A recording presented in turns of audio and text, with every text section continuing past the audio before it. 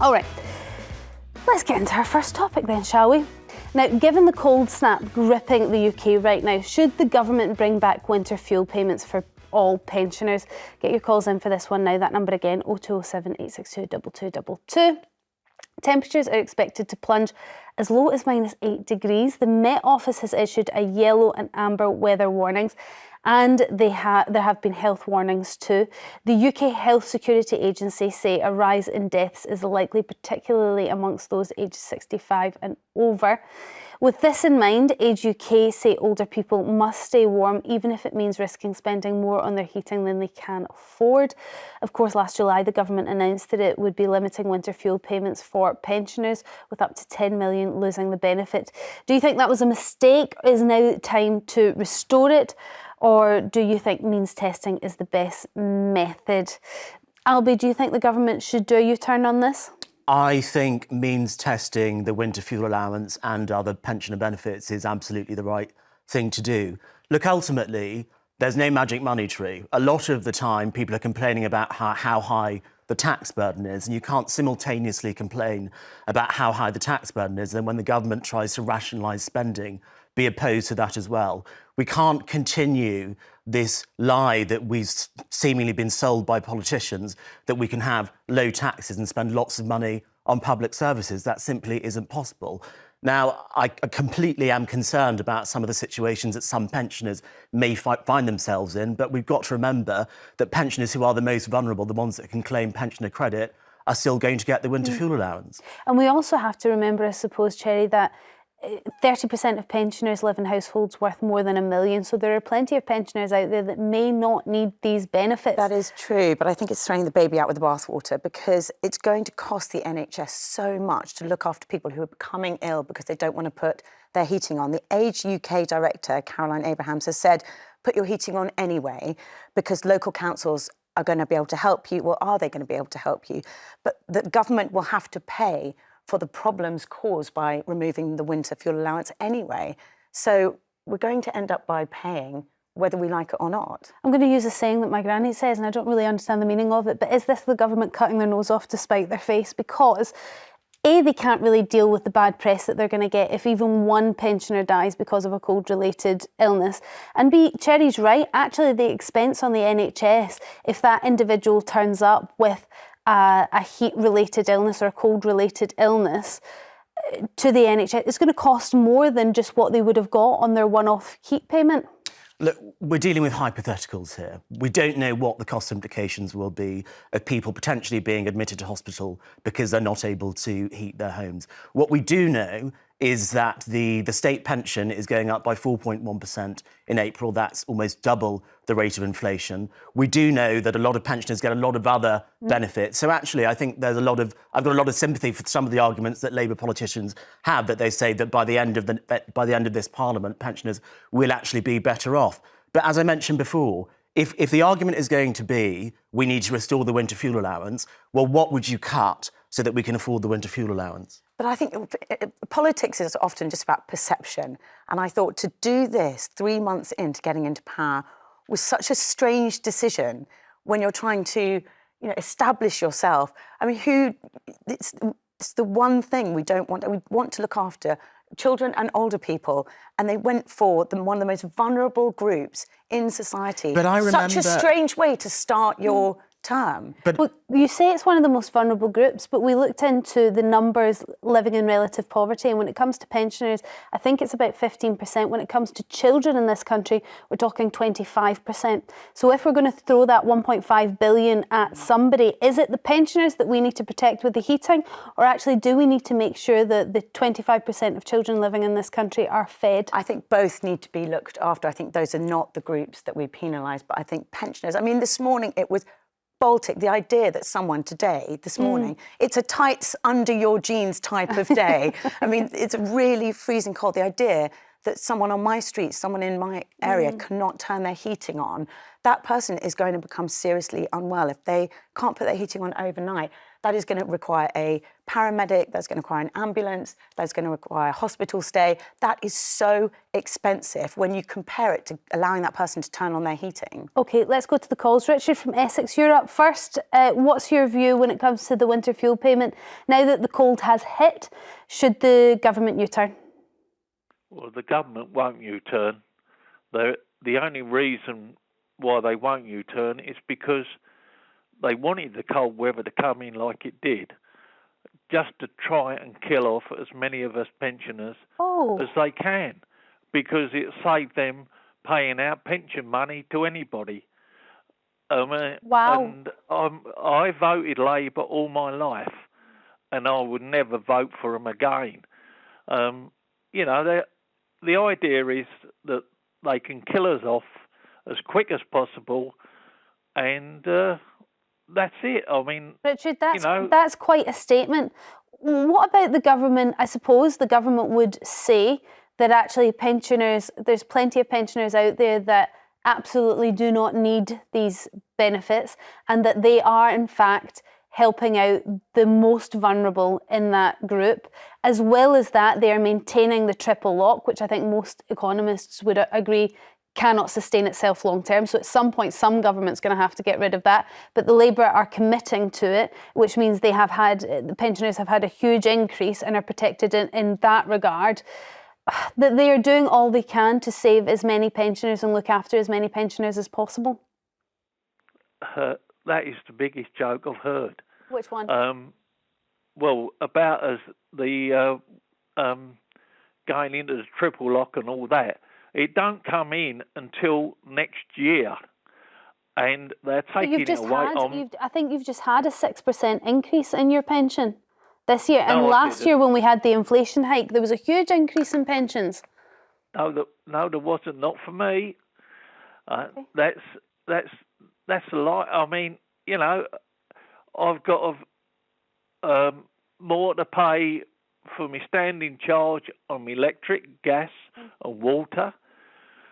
The water companies are going to put up the prices more and more. I can't. I've lost my car because I can't afford to put the petrol in my car. I'm a cancer sufferer.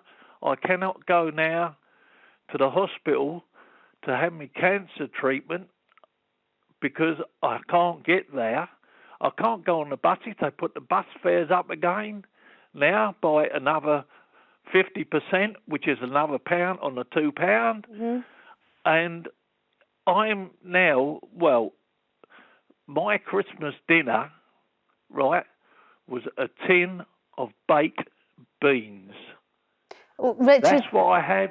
I can't have heating on and thimmy. And so the idea is that they just want to kill me off. Richard, if you're in the situation that you say you are, I would definitely contact your council and see what other benefits you can get and whether you are entitled to pension credit, because if you are entitled to pension credit, as it sounds like you should be, then you should apply for that and you will be able to get your winter fuel payments. The problem is, Richard, not this year. I think it takes a little while to process it, and that's all part of this argument as well. But saying that the government is doing this to kill off pensioners is quite the statement. But thank you very much for your call. Angie from Essex, do you see this quite as, I suppose, cynically as Richard does?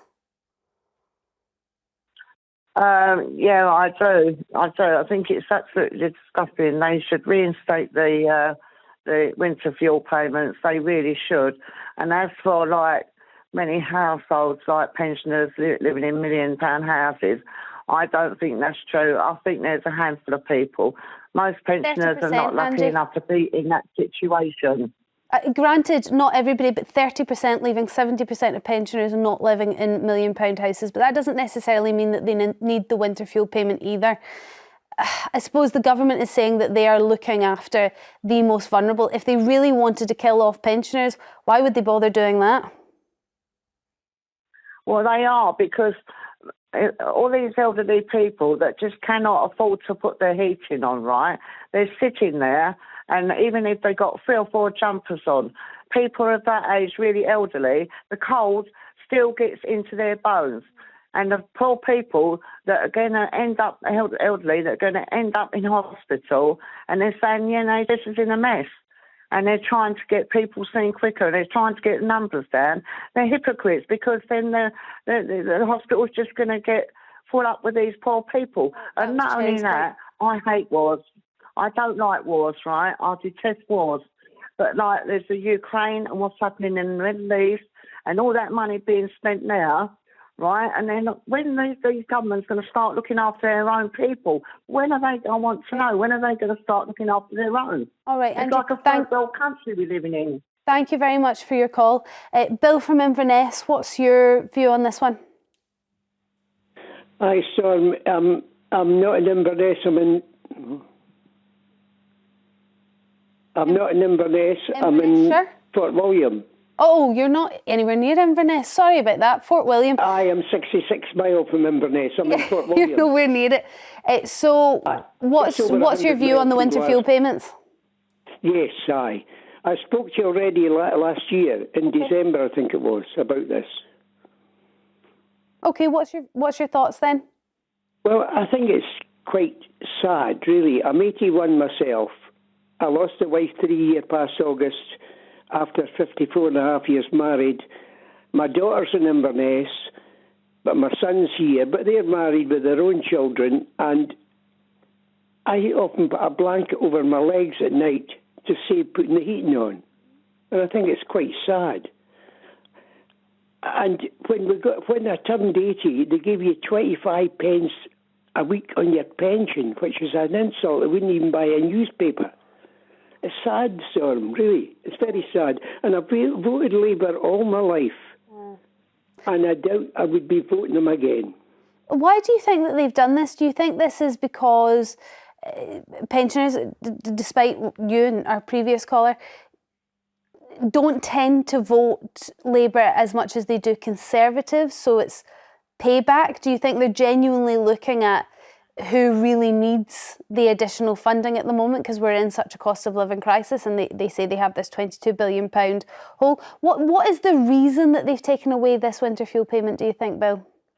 Well, I think it's quite sad, Storm. They're hitting pensioners and all that. And the thing is, train drivers, 65,000 a year, and they were getting backdated 4.5% to April, and they've knocked it back. Yes, I mean, there is a problem with... Is that not terrible? When you think of it that way, and then they'll give pension, they won't give it to the pensioners. But there is a problem with making those sorts of comparisons. Like our last caller said, we shouldn't be sending money towards abroad. I mean, I think we need to look at everything in its own place rather than comparing and contrasting, and because that is quite difficult, I suppose. Do you concede, though, Bill, that there are pensioners out there that absolutely do not need winter fuel payments, that it would be a waste? There is a lot that don't need it, but I'm quite sad because I don't go online, but if you went online, it's 240 pages. Now, a man of 81, how would I go through 240 pages? What's 240 pages, sorry? It's to fill in to see if you can get the pension credit. Is that how long? 240 pages sounds excessive. I've never heard that. Somebody told me that. Ah, okay. Well, I'm going to take that with a pinch of salt, Bill, because I don't think anybody would be expected to read 250 pages. However, just the process of having to do something online when you are an older person can be quite difficult. It's difficult enough for me to keep up with technology and that sort of thing and filling things out online. So I would expect you would probably need help for that. Not everybody has help. I appreciate that's a massive difficulty as well. But Bill, thank you very much for your call. Albie, I know you agree on means testing, but do you think that the government has got it right where they have set the bar? Because we do get an awful lot of calls from people that seem to be in that sort of that grey area just above where the bar has been set, who are going to really struggle, and they'll be the ones that will be at most risk. There's always going to be a grey area, but ultimately I agree with the principle of means testing pensioner benefits, whether or not that's winter fuel allowance, whether or not that's something like the state pension, the triple lock-on state pensions, things like that. I think it's important, just to come back on the point about the length of the application process for pensioner credit. I think it should be quite a stringent process, actually, because I think when the government is making decisions on how to spend taxpayers' money, those decisions should be taken with all of the evidence. Just to give some credit to Bill, actually, you weren't too far wrong, Bill. It's 240 questions rather than 240 pages. But 240 questions when you're 81 online is quite a lot. But if we were having this discussion about another benefit that people get, for example, universal credit, I'm sure lots of people would say, yes, there should be a lot of questions in that application process. Ultimately, when the government is making decisions on who to pay out investments to and pay out pension and credit to, they should be taking those decisions stringently. OK, Pat from Glamorgan, what's your view when it comes to the winter fuel payments? Do we need the government to do a U-turn? Certainly not. I totally agree that they should be means tested. But do you think they have they've set the bar at the right place? I think so. And I know there will be some people who are right on the borderline, and they can always appeal to citizens' advice for help or their council for help, benefits office, whatever. And they should be given, help where necessary. But there are far too many pensioners who absolutely don't need it. I have many friends who use this to go on holiday or put aside for Christmas presents or birthday presents. It's a total there's waste also an of argument. money. There's an argument to say that these individuals have paid into the system all their life, whether it's been at home looking after the children or actually going out to work. They've contributed to society. They've done their bit, and actually, if they have saved enough and looked after enough that they can use that £300 to go on holiday, then it's due to them. It's acceptable. That money is not. That money is for help with paying fuel. It's not for going on jollies and spending on whatever you want to spend it on. If you can afford it, you should pay it. All right, Pat, thank you very much for your call. Thanks for all your calls on that. We are going to have to move on now.